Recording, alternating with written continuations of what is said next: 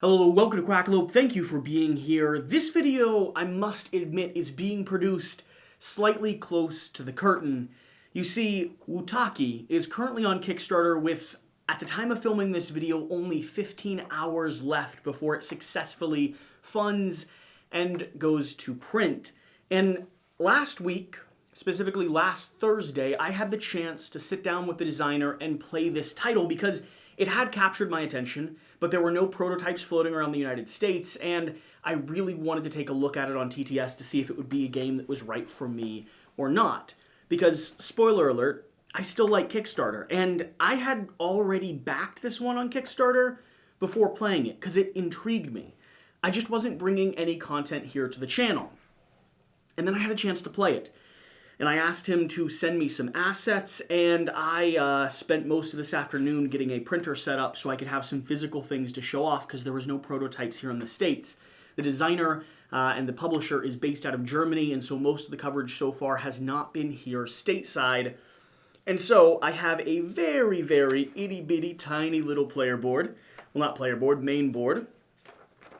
Certainly not production quality, and I have a gigantic player board here, just so I could show and point out some visual elements while I tell you about this game. And, of course, I do have my phone to the side because under the time crunch, I want to make sure I don't miss any of the highlights, so I'm going to go through a little bit of the details on the page and talk to you about how I experienced them. So, what is Wutaki and why should you be paying attention? Wutaki is a Euro game with a decent bit of player interaction, or head-to-head upgrades, boons, and potentially direct card play that impacts other players. Now, it's not a take-that game, but it does allow you to grow and benefit and interact with everyone around the board in a very interesting way. Along with that, now, this might be something that makes the game wrong for you. It has this weird, twisted, otherworldly artwork all done by the designer himself. I personally am a massive fan of this weird, twisted aesthetic. I like the creatures and the distorted nature of it in this dystopian planet. Jan, my co-host, is not the biggest fan of the artwork, so if that's a deal breaker for you, totally acceptable, I understand, but for me, this is the reason that I first started looking at the page. I like how weird it is. And that theme, that feeling, extends into these Euro-style mechanics. It's going to be a classic worker placement game. You're going to be going to various different regions, collecting resources, trying to accomplish a few very specific things. The ability to play down quest cards that will accomplish missions specifically related to the 4 core elements in this area. You're going to have elements that you as a tribe like and don't like. You see, you're going to be playing as one of 4, I believe it plays higher than that, but one of 4 core tribal leaders. And you're going to be attracted to a certain elemental type. And so you'll be trying to collect the resources you need to complete those elemental types and score a series of victory points. Endgame is going to be related to crossing the 100 victory point finish line before everyone else, where then you add up all the bonus points and see who is the winner overall, or climbing to the top of this discovery pyramid where you actually observe through a little telescope here the reality that a meteorite is crashing down into the planet, and you maybe don't need to be scared of the creature that lives underneath the erupting volcano. Life is not easy here in Wutaki, and I'm not sure how these tribal leaders have survived this long. Now, where does Wutaki start stepping away from that classic Euro approach? Well, there's a few ways. First off, all of your characters have a flipped board that allows you to have asymmetric player powers with every single one of them. Along with that, there's going to be variable meeples, and there's going to be variable resources. For instance, this question mark up here indicates a token that I put down, meaning that I, when playing the game the first time, may really want to be able to collect wood or sheep. However, I guess fluffy little sheep-like creatures. However, on the very next game, depending on what tokens here, that resource cost, that icon might mean something entirely different. That means you're interacting with the board in a brand new way. Along with that, the ability to interact with other players is going to be focused down here at the very bottom of this board. This is where you pay the resources for the completed quests that you've gone on, down here to this giant beast-like creature. And one player, if they so decide, can go down here to take a curse card I think that's the name of it, something along those lines. They can go down here to take a punishment card in order to collect all of the resources or steal all of the resources from the giant beast. Now, these cards will lose you victory points if you still have them at the end of the game, and they will restrict the way you play from time to time, meaning you might not want as many meeples operating on the board, or you may want to avoid upgrading different regions because this card will lose you more points than you might gain from having done those actions. However, that sweet reward of a pile of resources that everyone else has contributed to throughout the course of the game sometimes is too attractive to not have you go there and try to balance out the math, to try to figure out the puzzle. Now, there's a few other things that are important to keep a note of. First off, for every quest card that's completed, there's a progression track that not only impacts you as a personal player, because you'll have one just for your board, but there's also a progression track that interacts with every single player around the table, meaning when you're completing a quest, you might get a benefit, and you may give someone else at the table a benefit or cost them something that maybe they wanted to save for a later period. Now, all of these are going to be boons. None of these are going to necessarily hurt you or hurt anyone else, but they may have wanted to trigger them at a later date or at a later time, because sometimes a sequence, chain of events can benefit someone greatly. Finally, there's going to be these Omen cards. Omen cards are going to be the ability to break the rules to some degree. Play something for free, recycle a meeple, push your characters around the board, or interact with another player, such as giving them one of your curse or one of your damage or destruction cards. This, again, changes the puzzle. If you see someone collecting all of the wood that they can get their hands on, you might give that grubby little fingers a pile of Omen cards, one of which says something along the lines of only have 4 wood or 5 wood at the end of the game, or else you lose 9 victory points. And so they'll have to scramble to figure out how to collect and deplete their resources in a way that doesn't cost them points at the end of the game. So that's the core premise. Up top here, you're going to have your different potential quests that you can go on. They're going to be flipping and cycling throughout the course of the game. There's worker placement locations here for you to go up there, recycle, push, and collect the quests that you want to go on. You can even recycle the entire deck if need be, so that you can really hunt for the things that you're looking for. This top banner up here is going to talk to you about all the ways that you can score victory points. They're going to come from a variety of sources, from the resources, the quests, the omens that you've completed, and in-game victory points that you gain throughout the course of play. For instance, this little 4-dial here that is connected directly with upgrading these worker placement regions, because that's going to be another interesting part of this Euro game. There are locations where I can go and place my marker to give a benefit to everyone around the table. However, if or when someone goes there, a la Everdell, I will get a benefit because they're using a region that I strategically chose to upgrade, and it won't be a benefit that's directly tied to that region specifically. Instead, it'll be a benefit that is adjacent in some regards. And the little symbols there, it's very easy to read, but for instance, if I had upgraded the wood collection zone over here, and someone had went to this location, I would then get to get stone for free. So there is a lot of chaining and pathing, and that combined with a little bit of player interaction, a degree of asymmetric Euro game principles, mixed in with this weird, wacky theme, this is just one that sort of sung to me. I'm really excited to be able to get a physical copy of this in my hands and sit down and play this. I had a blast playing it 2-player with a designer, and I'm looking forward to the rest of the experiences I can have. Now, before I start going through this Kickstarter page a little bit to talk to you a little bit more about the core mechanics or core principles, let me tell you some things that won't make this game right for you, because there's not much time to decide, and if you've watched to this point, I assume you're thinking in the back of your mind, can I justify the price? Where can I move Kickstarter numbers around? How can I make this work? Well, Wutaki, first and foremost, is a weird game. The art style, the aesthetic, I already went over this at the very beginning. For Jan, that was a deal breaker. It's not his style, it's not his theme. If that is a make or break for you, I would advise you to take a closer look at the Kickstarter page, because everything is going to be infected with it. I love the art style, but if it's not your style, it is permeated throughout this entire puzzle.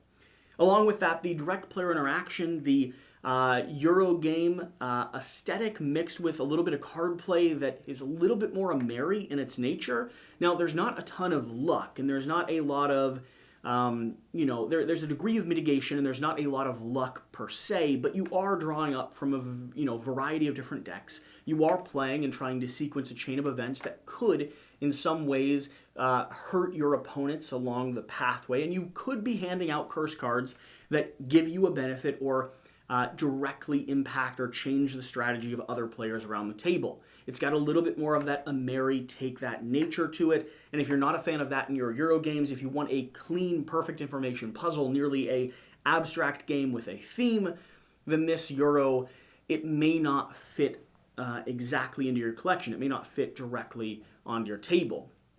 The other core thing that I would say that may or may not make this one right for someone that's watching this game is going to be the variable scoring and the variable end goals. So the pyramid here and hitting 100, those are going to be your two end goal triggers, right? That's going to end the game. And then you're going to have a very point salad nature of it, where you're not quite able to math out exactly who's in the lead during the course of the game. That can be good for some people that like a more classic Euro style, but it can be upsetting when you've driven endgame and you forget to realize that there are 50, 60, 80 points of potential scoring that happen after endgame triggers, as opposed to just getting across that finish line being the victory condition. If you're okay with that, if you're okay with the Euro puzzle, the point salad nature of that style of game, then this one may be great for you. But if you're not, well, there's a little bit of an ebb and flow. The last thing I want to point out, something that I had no idea existed until I sat down with a designer, and I figure I should acknowledge because it might have made me slightly more biased for this game than otherwise recorded.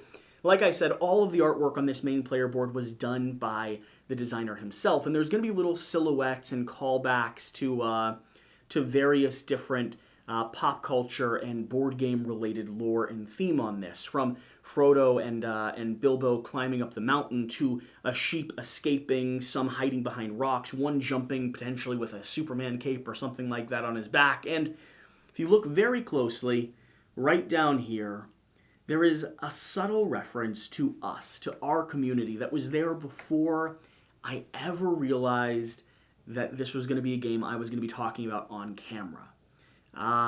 There's a little Quackalope. It's a little rubber duck with two protruding horns, and it is tucked adorably front and center on a main location in this board. And to me, that's just such a cool callback. So those of you that have made it to the 12-minute mark of this video, this is a designer that has created something unique and special, a little indie scrappy person out of Germany who's doing something cool with this Euro theme, and he's part of our community.